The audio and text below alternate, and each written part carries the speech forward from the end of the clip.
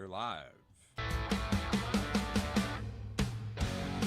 It's 5:05 and welcome into a Friday edition of the Carolina Journal News Hour. News Talk 1110 99.3 WBT. I'm Nick Craig. Good morning to you. North Carolina politics have been in the national spotlight a lot over the last couple of weeks. Just before the turn of the month, U.S. Senator Thom Tillis announced after his 2 terms in the United States Senate, he was not running for re-election. That, of course, echoed through political circles. And over the last couple of days, the rumor mill has been flying, as it does appear that both former Democrat Governor Roy Cooper and current RNC Chairman Michael Whatley are setting the stage for a major North Carolina Senate race coming up next year. To walk us through some of the details and implications of that, it's my pleasure to welcome David Larson from CarolinaJournal.com on the News Hour this morning. David, it has been a busy couple of days in North Carolina politics. What do you make of everything going on? Well, I'd say the Cooper announcement may be less of a mystery to people. That seemed like more of a certain thing that everybody assumed he would be announcing that at some point.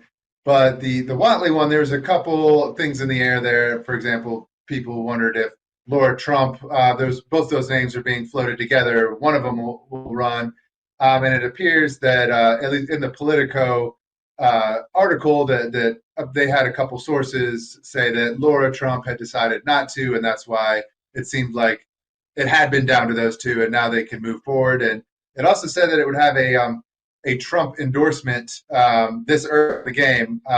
So I guess my big takeaway is these are kind of field clearing announcements, and that I'm not sure there's much of a primary to be had if these two hold in their current landscapes. You know, there's always surprises in politics, but Cooper, he's been getting a lot of pressure from the national Democrats and from people in the state to run, and he's won 6 statewide races in a row. None of them have been federal, but he's very well known across the country, across the state, I should say. And so he's been seen as the strongest contender there. And when Wiley Nickel, former congressman, had the audacity to throw his name in, he got a lot of blowback from other Democrats who, it seems, have been holding that position as Cooper's position. So that clears the field a little bit, seems like, on the Democrat side. And then a similar thing on the Republican side, in that Michael Whatley, he was the state GOP chair, and then he's the national, the RNC chair. So he has that establishment wing and all the fundraising and all the, the players on that side pretty locked down. But then he also, with a Trump endorsement, would have sort of the MAGA wing. People talk about these two wings that in the Trump era, he has enough power over the party in some sense that maybe there's not a huge distinction at all times. But, it seems as if there's not really a clear lane somebody could pick to edge Whatley out. So I guess my take at the moment is they seem like sort of field clearing announcements. And if there's not huge news, something doesn't get drummed up on either of these two, which I doubt because they've both been in politics for a fairly long time. And Oppo researchers have been digging into them, I'm sure, for a long time. That probably this will be the general election, and before even announcement on candidacies has happened, that it's probably Whatley Cooper, and it's probably going to be a record of spending. And so I guess that's, not to jump ahead of any other questions, but I think that might be one of the reasons why Trump would have leaned on Whatley, is if it's going to potentially be the most expensive U.S. Senate race in history, Whatley is very plugged into the statewide donor networks and also to national ones from his position as chair. So I think that would be some of his thinking, at least there. Also, the close personal relationship, professional relationship, I'm sure they have. Well, and let's look at the money side of it, because that's an important part of it. And this is something typically that the GOP deals with more than the Democrats. Most of the time, Democrats are pretty good at clearing that primary field. Some social media postings Thursday from Wiley Nickel indicate he is going to stay in that race. Not sure how serious of a contender he'll actually be. But Dave, as we look at past Republican primaries, those can not only get very nasty, but very expensive. causing whoever ends up winning that primary to have to deplete their war chest pretty handedly just to get through a March primary, and then of course battle against a Democrat as you go towards the general election in November. Doesn't seem like that's going to happen now, so that seems like a win for both sides, more particularly the GOP that tends to have these really brutal and nasty primaries as of late across North Carolina. And I think that's one advantage. Some may have quibbles with Trump being such a powerful head of the party, but one advantage of that is that he really can do that, like with Addison McDowell or with Bo Hines or with Ted Budd or whoever. He can look at these primaries and say, we would rather save our money, keep our powder dry for the general, and so he'll kind of put his thumb on the scales, his full weight on the scales, and often you'll see somebody like, maybe Mark Walker get an offer to do something else if they hang around a little longer. And so I think this kind of heads that off before it even starts because, there haven't been any major announcements. Candidate filing, I believe, is in December. So that's all headed off before it starts. And you can just have Whatley as the presumed nominee and kind of if anybody wants to challenge that, they'd be challenging the entire establishment all the way up to Donald Trump. So, yeah, no question about it. Pretty clearing of the primary on both sides. Again, as of right now, David, I like what you said earlier. Nothing is certain in politics, but again, with all of the information we have now, both of them, neither have officially announced, but again, rumors and speculation and inside sources from both camps seem to indicate it's pretty much a done deal over the next 7 to 14 days when those official announcements will come out.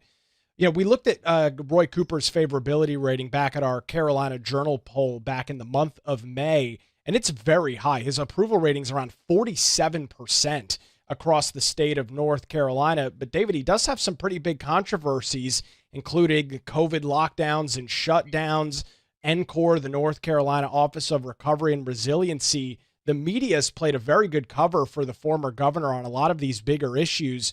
Do you think those will be some of the main things that come up in this Democrat versus Republican race that we're going to see start unfolding? I do. I think they might, try out a couple of messages and see what lands. What's interesting is with the COVID one, as conservatives, we look back on that and we think we can see pretty clearly these mistakes that were made with, everybody needs to wear a mask, everybody needs to social distance, everybody, needs to get the vaccine. It will prevent you, they said, from getting COVID. And we now know all of that was based on very shaky at best science. But what's been interesting to me is a lot of the polling has given a lot of these measures. It's been kind of surprising, gives them the benefit of the doubt. So I've been sort of surprised to see that it isn't always a very favorable thing. Cooper's favorability on COVID was often really high. And so I think maybe people were like, we were all confused, and they give people kind of the benefit of the doubt because we're trying to figure it out, even though it can seem pretty clear to a lot of conservatives that, these were bad decisions. I wonder if, even though that's true, that they might not end up landing on that messaging just because Cooper somehow maintained a good people's perspective on that issue. But there are, NCORE, I think, is one for sure that could come into play. I would even be interested, some of the politics has changed on something like the transgender bathroom stuff that, Cooper was able to hit McCrory with and get into office almost running against North Carolina business at one level, saying we should boycott. He didn't say we should boycott, but it was sort of during that campaign of Cooper versus McCrory, there was a lot of that talk about boycotts, and that wasn't pushed back on much by the Democrat establishment. So it seems like the politics on that has shifted now to the point where House Bill 805 is probably going to get overridden this week, and that's a bill that would declare male and female the two official genders of the state. And it seems like politics has changed on that. So who knows? Maybe some of the stuff that looks like a strength might be a weakness, and vice versa. But I think they'll test out a bunch of those messages. And Whatley, he's a little bit more of I don't think he has obviously the name ID that Cooper does, but he has some name ID, and he's been in all 100 counties quite a bit traveling. But he also doesn't have maybe the baggage that one gets as 4 terms of attorney general and 2 terms as governor. He's a little bit, whoever can define him first maybe will be a major advantage. We'll continue the discussion with David Larson from the Carolina Journal coming up after this. You're listening to the Carolina Journal News Hour. Where it's now 5:15, News Talk 1110, 99.3 WBT. We'll get a look at your early Friday morning commute with Boomer Von Cannon. Hey, thank you, Nick, and looking great. You're live. It's 5:21. Welcome back to the Carolina Journal News Hour. News Talk 1110, 99.3 WBT as we round out this week and look towards next. The North Carolina Senate and House will reconvene. That's coming up on Tuesday, July the 29th, aiming to override multiple vetoes issued by Governor Josh Stein. Stein took office in January of this year and to this point has had a pretty good relationship with the North Carolina legislature up until the last couple of months or so when the governor vetoed vetoed exactly 14 bills from the Republican-led General Assembly. Each chamber will review 7 of those vetoes, sending them across to the other chamber if they are overridden. Senate Leader Phil Berger, the Republican out of Rockingham County, sharply criticized Stein's veto in a press release this week, saying, "By vetoing these common sense bills, Governor Stein confirms that he is out of touch with the people of North Carolina.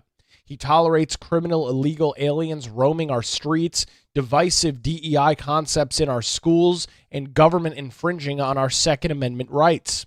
I look forward to leading Senate Republicans in overriding these harmful vetoes and putting North Carolina families first." With Republicans holding a supermajority in the North Carolina Senate, shouldn't have much of a problem there. However, in the North Carolina House, they are 1 vote shy of that supermajority. So overriding Stein's veto will not only require full attendance, but support from at least one House Democrat. House Speaker Destin Hall posted on his X account this week, quote, "We will override NC Governor's reckless vetoes and defeat common sense in North Carolina. Who's ready?"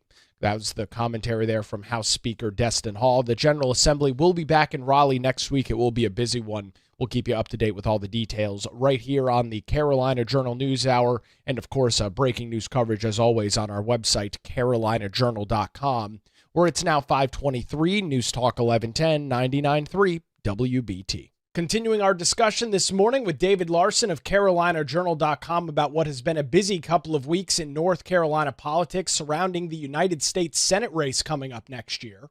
Michael Whatley, yes, he was the former head of the North Carolina Republican Party, now the head of the Republican National Committee. He's never been a politician in the traditional form of running for an elected position and office and holding that position. Dave, do you see that as a pro, a con, or kind of somewhere in the middle, maybe yet to be determined? I think it's more yet to be determined because, if you get something baked in, sometimes it can be really hard to move. And so for better or worse, if you're baked in, sometimes with Trump, that's the case where his floor and his ceiling are almost right next to each other. He's just baked in. People know what they think of him. And so for Whatley, that might be, he's maybe tagged in people's mind as, being close to Trump. And so maybe that would have whatever one thinks of Trump when the midterms come, that will be a major, issue is how is everything? How is the economy? How are people thinking, voters thinking about Trump, especially unaffiliated voters that seem to shift a little bit more than diehard partisans. But then if you don't have any history of your own necessarily voting or as an executive, you could end up seeing a lot of good benefit from that if you're able to define yourself first and get out ahead of it. And yeah, like I said, if people are thinking very positively about Trump, you can try to pin yourself to that. But if somebody doesn't have that background and the other side gets there first and maybe can define you in everybody's mind, they could be successful at that. And that's what nobody likes negative advertising, but that's the point of it is if there's an undefined candidate who there is wiggle room, they will try to jump in there and define that person. And even though people say they hate negative advertising, negative ads, it actually works. That's why people do it is, okay, you've seen this ad 40 times and it annoys me, but now I do kind of in my subconscious, I might have a negative association with. So I'm sure that will be a Democrat tactic Whereas it'll be harder to change people's mind on Cooper just because he has been a fixture. So for better or worse there, but it might be a battle to see who can define Whatley first, basically. Let's look at this from the Democrat side of the aisle for a second. Democrats have poured a lot of money into North Carolina over the last couple of not only midterm, but general election cycles. They've tried to flip the state blue. To their credit, they were very successful in the Josh Stein election last year.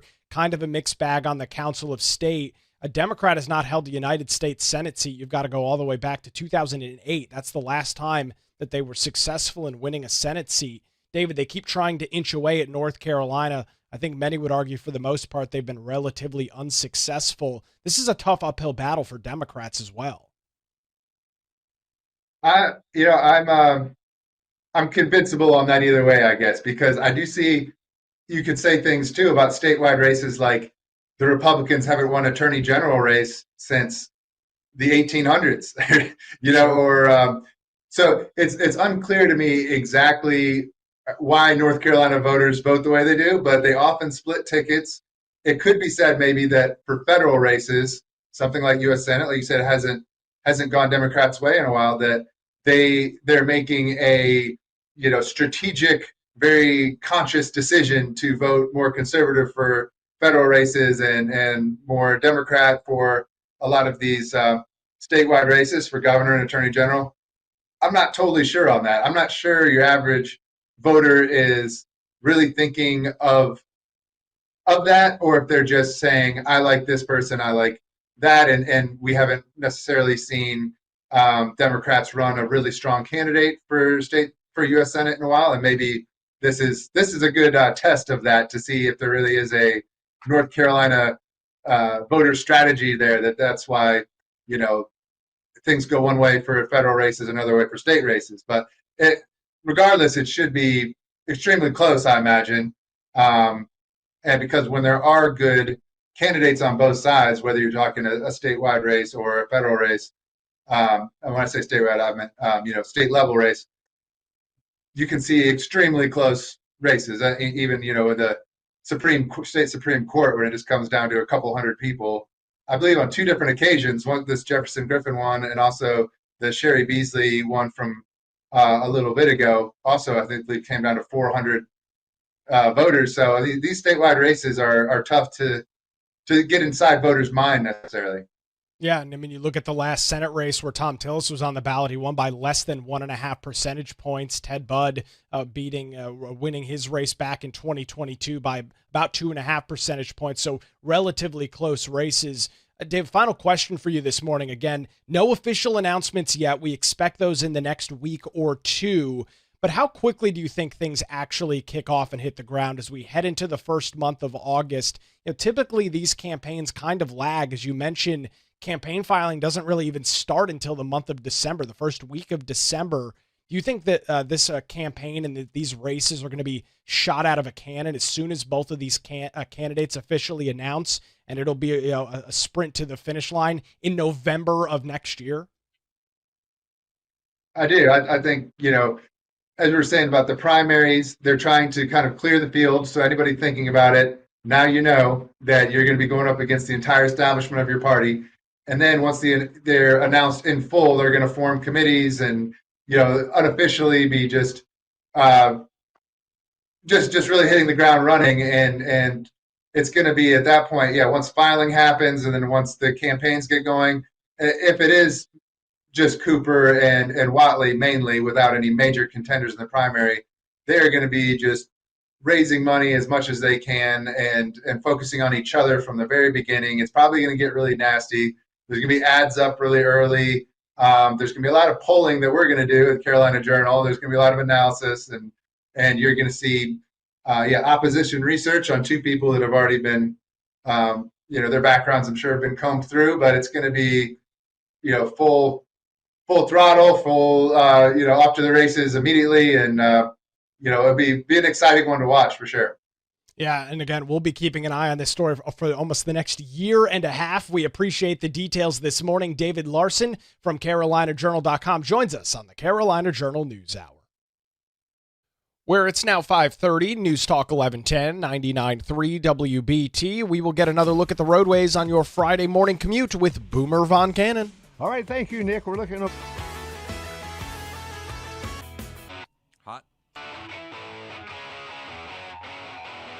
It's 5:37. Welcome back to the Carolina Journal News Hour. News Talk 1110, 99.3 WBT. Earlier this week, Governor Josh Stein announced that Eco King Solutions LLC, a Chinese manufacturer of disposable biodegradable tableware, will receive a state incentive package in exchange for investing over $80 million and creating 515 jobs in Robbinsville. That's located in Graham County, North Carolina. The governor said in a press release, quote, North Carolina offers global companies a perfect location for expansion into North America. We welcome Eco King to Western North Carolina, where it will find a welcoming business climate, education, and workforce programs tailored to its needs, as well as a full range of competitive advantages that make North Carolina the top state in the business, the top state to do business in the country. According to a press release, Eco King Solutions is a subsidiary of a larger Chinese company that was founded in 2008 and employs more than 1,200 people across 3 high-capacity factories in mainland China. The company manufactures disposable dishware, including bowls, plates, clamshell containers, and trays commonly used in supermarkets and across the diverse food service sector. The company aims to localize production, streamlining its supply chain, and significantly reduce its internal shipping costs and production lead times by establishing that new facility here in North Carolina. Ping Zhang, the chairman of Eco King Solutions, said in a press release, quote, we have been impressed with how welcoming Robbinsonville, Graham County, and North Carolina have been to our company and this important project. We worked very hard to find the right location for our business to thrive. We know we found it right here due to the excellent workforce, quality of life, and friendly business climate. We are excited to be part of the community, and we are excited for our company to prosper here. The project will receive partial support through a Job Development Investment Grant, that's also known as a JDIG grant, which was approved earlier this week by the North Carolina Department of Commerce's Economic Investment Committee. According to the committee's evaluation, the project could contribute more than $743 million to the state's economy over the 12-year duration of the grant. They used a formula that factors in tax revenue, newly created jobs, and associated capital investments. Ultimately, reaching a JDIG agreement allows for the potential reimbursement of up to $2.8 million in state tax money to the company, distributed over a 12-year period. These state payments would only be made after the Department of Commerce and Revenue confirm that the company has met its job creation and investment benchmarks.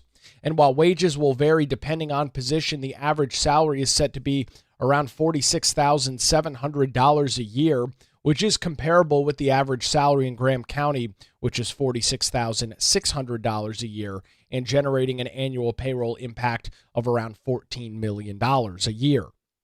Brian Balfour, the vice president of research at the John Locke Foundation, told the Carolina Journal in a quote, "It's somewhat amazing that the state continues to engage in these politicized tax breaks when the track record of JDIG is examined. An evaluation of the program by the John Locke Foundation last summer found that nearly half of JDIG projects were terminated or withdrawn without meeting hiring goals. And previous research had found that more than a third of such projects failed to create even a single job." He noted instead of trying to centrally direct North Carolina's economy by granting selective privileges to connected businesses, the state should focus on across-the-board tax relief for all job creators, along with regulatory relief to cut down on burdensome red tape. In 2022, another Chinese-based company known as Triangle Tire canceled a partnership with Edgecombe County and the Carolina Gateway Partnership to build a tire factory in the Kingsborough Business Park. That's according to the Rocky Mount Telegram. Triangle Tire stated that the decision was driven by various business challenges, prompting company leadership in China to discontinue the project and refocus efforts on meeting business priorities within the mainland of China. So JDig continues to be and have a less than stellar track record as we continue to track the details across the state of North Carolina. However, with that, the North Carolina Department of Commerce continues to issue these JDig grants. You can read some additional details on this story, plus the more large-scale discussion over JDig and some of our previous research. That's all available this morning on our website, carolinajournal.com. Turning our attention to some other statewide news this morning, Raleigh has been named one of 5 new U.S. Department of Agriculture hub locations. This is part of a nationwide restructuring plan announced by Secretary Brooke Rollins this week, as the agency aims to move closer to the communities that it serves. The secretary said in a press release, American agriculture feeds, clothes, and fuels this nation and the world. And it's long past time that the department better serve the great and patriotic farmers, ranchers, and producers we are mandated to support. President Trump was elected to make real changes in Washington, and we're doing just that by moving our key services outside the Beltway and into great American cities across the country. We will do so through a transparent and common sense process that preserves USDA's critical health and public safety service that the American people rely on. We will do right by the great American people who serve, and with respect to the thousands of hardworking USDA employees who so notably serve their country as well.